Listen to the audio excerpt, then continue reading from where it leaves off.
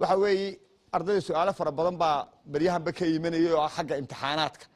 in badanna waan sheegay maanta waxaan marxaati uga dhigaynaa madaxdii ugu sareysay wasaaradda waxbarashada joogta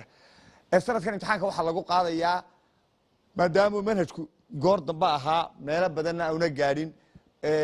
intii horena ay soo dhiganayeen manhajyo kala duwan waxa imtixaanka lagu qaadayaa oon cid dambe la weydiinayn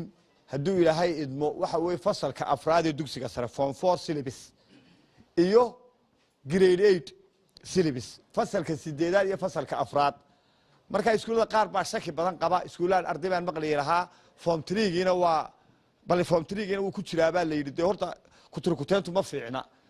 waxa weeye annaga taa mas'uuliyadeeda qaadayna annagaana ilaahay marka mas'uuliyadana saaray wasaaradana waan isku ognahay imtixaanka sanadkan la qaadaya wuxuu ka koobnaanayaa fasalka afraad ee dugsiga sare iyo fasalka 8aad ee dugsiga dhexe laakiin waa sanadkan sababta loo sameeyay waxa weeye maadaama si ayna ardayga ugu iman wax la yiraahdo khalkhal iyo niyad jab